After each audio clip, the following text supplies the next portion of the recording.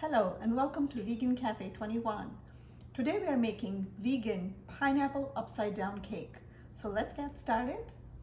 In this bowl here, I am starting out with 3/4 cup of sugar.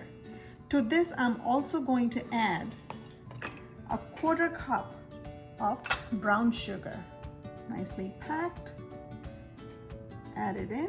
Over our sugars, I'm going to sift 1.5 cups of bread flour, or if you don't have bread flour, you can use all-purpose flour.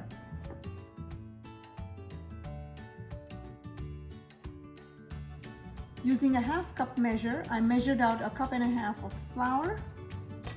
To this, I'm going to add rest of our dry ingredients. In these cups here, I have 1.5 teaspoon of baking powder, 3/4 teaspoon baking soda, 1/2 teaspoon of salt. So let me go ahead and add these to our flour. And now we sift it over our sugar. Done. Break up the brown sugar and whisk in all the dry ingredients to get them well incorporated.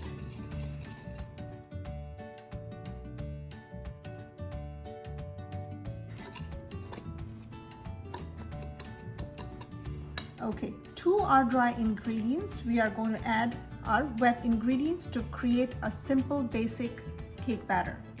In this bowl, I have 3/4 cup of canola oil. You can use a neutral vegetable oil. Here I have 1 cup of pineapple juice. Now to make our pineapple upside down cake, you are going to need 1 20-ounce can of sliced pineapple in pineapple juice. So what I did was I opened the pineapple can, separated the juice from the slices. It gave me 1 cup of pineapple juice. So this is what I have here in this bowl, which I'm going to use instead of milk or water to create our batter. In this cup here, I have 1.5 teaspoon of vanilla extract, 1.5 teaspoon of apple cider vinegar. So let's go ahead and create our batter.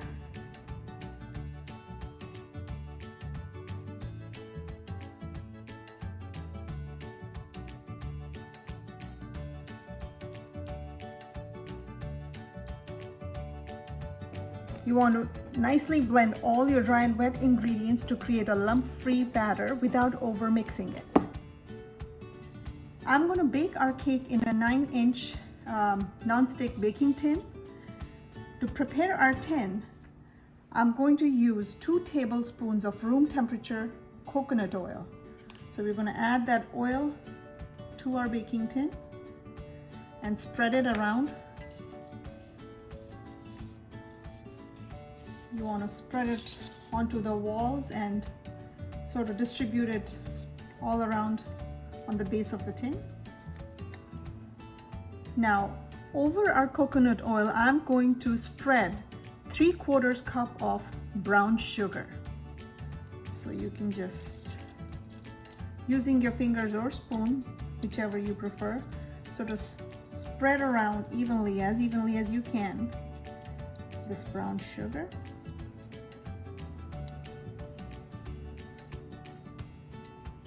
You don't have to press it down, just an even distribution is good enough. Now, over the brown sugar, we are going to layer our pineapple slices. So I have about 10 pineapple slices that came out of a 20-ounce can. I am going to arrange them nicely over our sugar. You want to make sure your pineapple slices are as dry as you can get them. You don't want excess liquid going into this layer.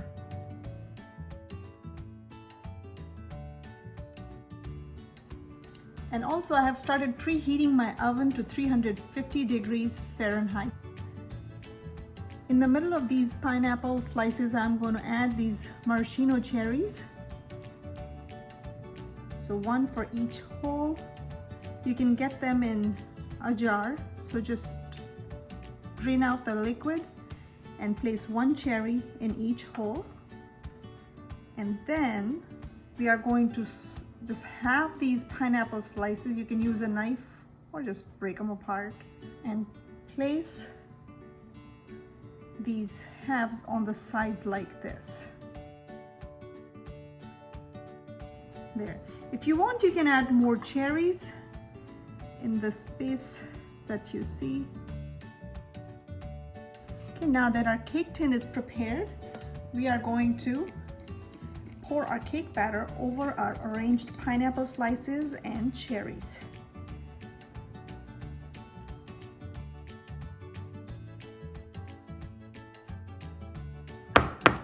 Give it a few taps to get out the air bubbles. And now we walk it to our preheated oven. Keep an eye though, you don't want the cake to turn brown on the outside and be undone from the inside. If it starts browning on you too quickly, you can tent it with aluminum foil halfway through the baking process. It just went off. As you can see, I have mine tented with foil. It is very loosely tented. 20 minutes into the baking, mine had started changing color. So I placed this foil like this on it and let it bake.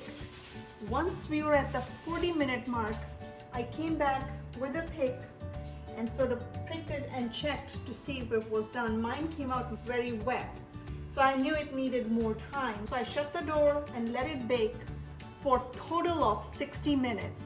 Came back, checked again. Now the pick came out dry, so I know it's done. So let's pull it out. Let me show you how it is from inside. As you can see, it is dry, which indicates doneness. So now we are going to let it cool in this pan for about 10 to 15 minutes before we invert it onto a plate. It has been about 15 minutes since we brought this cake out of the oven. So I'm just running the knife all around the edges to loosen them up. And now we are going to try and invert it on this plate.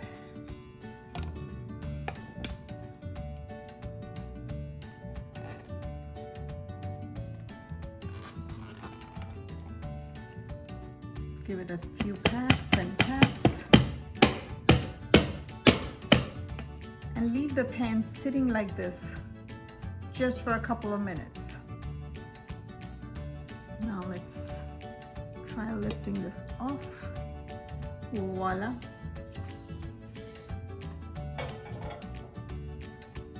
Looks beautiful. Crunchy, caramelly, beautiful looking pineapple upside down cake. All right, let me show you what it looks like from inside. Do you see this? Super moist and very pretty. I hope you enjoyed this recipe. Please do give it a try and don't forget to like, share, and subscribe. And I'll see you again soon with more vegan versions of our traditional favorites.